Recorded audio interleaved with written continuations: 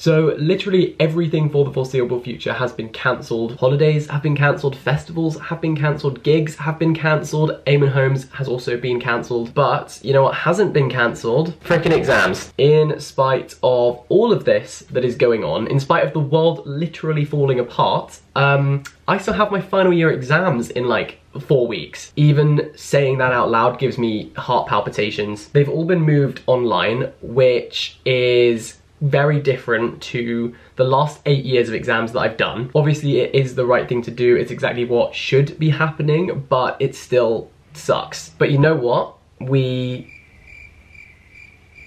got this. And it's gonna be fine. So since a lot of us are all in the same boat, that boat may be the Titanic, but it's still a boat. Today I thought I would share how I am revising for my online exams, because I think we all are trying to work this out. I mean, maybe most of you already have worked it out, but like, I'm still working on it. However, the way that I normally revise for exams and the way that I've been revising since my A-levels, which has worked pretty well for me, actually adapts itself quite well to these online exams with a few like minor changes. So I thought I would share with you how I'm going to revise for my online exams and how you can do the same. Does that sound fun? Or does it sound shit? I mean, the whole situation is shit, but we're making the best of a bad situation, so roll the titles. On tonight's program, ladies and gentlemen, we have something that's gonna make you sick.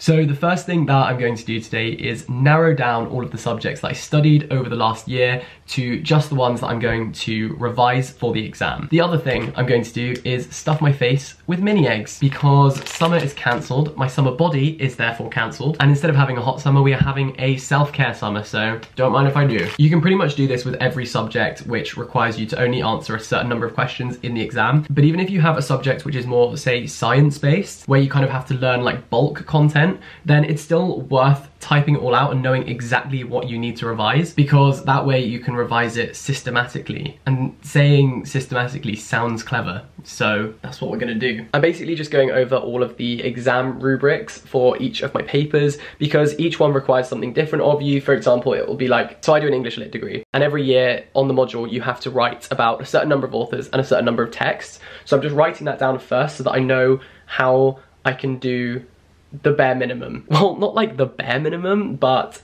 as little as possible, essentially. I would always say that if it asks you to discuss 3 topics in the exam, at least revise 4, because you can get caught out. I remember so clearly my A-level politics paper where we all had revised like a certain number of topics, and we opened the paper, and one of the topics they went for the most rogue question, which was based on like 1 sentence in our textbook, and everyone just freaked the fuck out. And so many people were disappointed with their mark on that paper because the exam board just tried to trip us up. And so that was a real lesson. That was a baptism of fire, which just reaffirmed to me that you should always revise at least 1 or 2 extra topics than you need to write about in the exam, just in case. So when I say bare minimum, that's what I mean. So at the beginning of the year, I make these spreadsheets, which basically have all of my reading that I need to do for the year. So like all of the course content for each individual module. So this is my post-war fiction and poetry module. This is my American fiction module. And then when I've done the reading and research for a topic, I highlight it in green. I don't have to do absolutely everything. And then the ones that I'm like halfway through or I've done a little bit of are in yellow. As you can see, my work ethic gets less and less as the year goes on. So then I kind of have this visual representation of what I am qualified to talk about in my exam. So now what I'm going to do is read back through these for the 3 modules that I have exams in and decide which texts I want to write about in the exams, which ones I want to revise.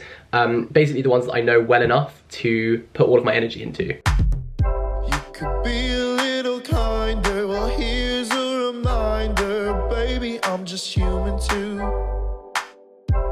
Cause you drag money through the mud and I really just give a fuck about you. So I've just picked a kind of shortlist of the topics that I'm going to study for my exams, and then I've written my exams into my planner. The thing is, right, so exam season is from the 11th of May until the 5th of June. Do you know when my exams are? Do you want to know when my exams are? From the 11th of May to the 15th of May. They are all crammed in to the same week, right at the beginning of exam season. Like, what the hell? Whose idea was that? I mean, I can't lie, when I first found out about that, I was absolutely buzzing my tits off because I was thinking my summer just got so much longer. I'm gonna travel, like we were planning to go to Budapest and Rome, but the universe had other plans. So like once these exams are over, I just have no purpose anymore. And I'll be messaging my friends like, hey guys, wanna hang out and do like a Zoom pub quiz? And they'll be like, no, we're revising for the exams because it's exam season and mine will all be done. This is such a stupid problem to have, but like, okay, it's not really that much of a problem, but it's still annoying. So anyway, I've written my 3 exams into my planner and I'm gonna stop complaining. Actually, I'm not done. So, because these are now online exams, we have 48 hours to complete them, but the time that the exam originally started is now the deadline, which basically means that my exams have all been brought forwards 2 days. Plus, 2 of my exams are on consecutive days, which means that they literally overlap, like that 48-hour period overlaps. If only there were 3 more weeks that exams could have been in. Anyway, basically what I'm now going to do, now that I've got my topics that I'm going to revise, I'm going to dedicate a set period of time in the next few weeks that I have before the exams to each topic. The way that I like to revise is to do everything for one topic kind of all in one go, so I'm really, really focused on it, and so like when I get into bed or when I'm in the shower, I'm still kind of in that frame of mind rather than having loads of different topics all whirring around, because this brain can only handle so much, you know? So we're gonna set out the number of weeks that I have left until these exams and divide up my topics by those weeks. Man, how sad is this? I was meant to be on a road trip through Thailand and Malaysia right now. Here's a little question.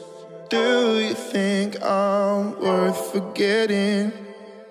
This is honestly stressing me out. I don't think I'd actually considered how soon my exams really are. As a result of coronavirus, my dissertation deadline got pushed back. And then I've also got 2 3,000-word essays which have been pushed back to the 1st and the 8th of May. I tend to work to deadlines, and if I get those done by the 8th of May, then I have 3 days until my exams. So I really need to plan this quite well. I have so many regrets because I've been sitting here kind of enjoying lockdown, like I've been living my best life, you know. I've just been relaxing and stuff, and it turns out that was completely inappropriate because these exams are pretty important actually. I'm hoping the fact that I have worked ridiculously hard this year will see me through, but planning this is actually quite unpleasant because it's just stressing me out.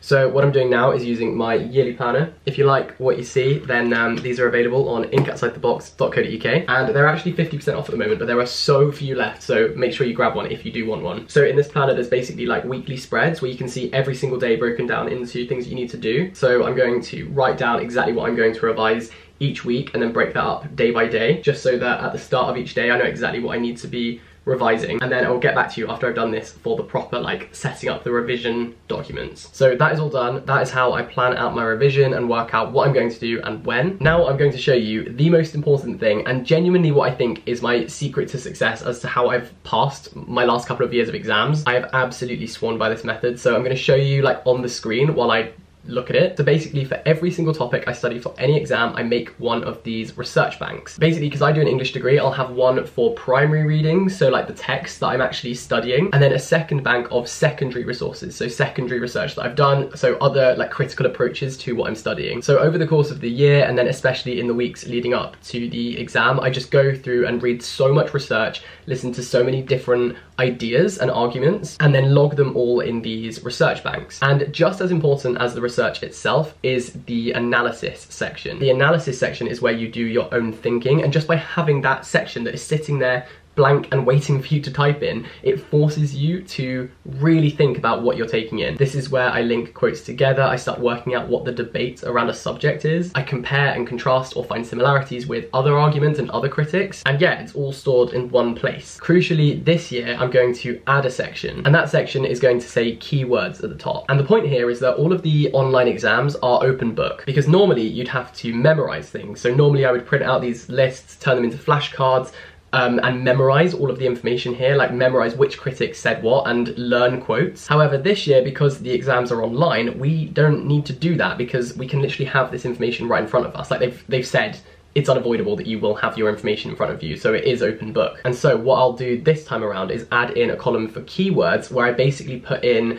the key topics, themes, ideas that are discussed in my quote or my analysis, so that then when I'm sitting the exam and I'm typing up my essays in the exam, I can quickly search my document for every single quote that is about let's say isolation, I can search those keywords in my document, and every single quote, every single idea that I've researched that is about that topic will come up straight away. So you're basically making your own research searchable for you. So what I'm going to do now is make one of these documents for every single topic that I am studying this year for my exams. Then as I'm revising, researching, thinking, anything that I encounter will go into these research banks, so that when I sit these exams, everything that's good and worth discussing will go straight onto that paper. I hope that makes sense. Genuinely, this is something that I swear by every year, and I think it adapts itself quite well to the online exam format by making it searchable. And I hope that helps, I don't know. I try to read things that are a little bit abstract, a little bit niche, a little bit nuanced, because I think if you understand a book or a topic well enough, and that you can then discuss it in a way that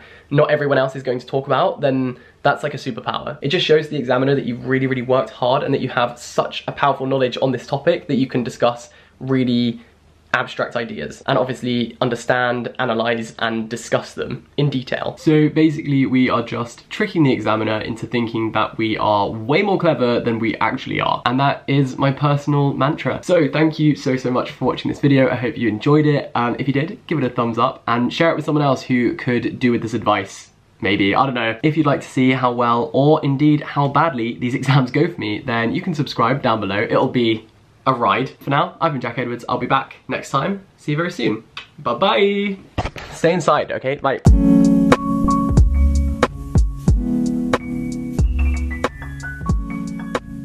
In case I don't see ya, good afternoon, good evening, and good night.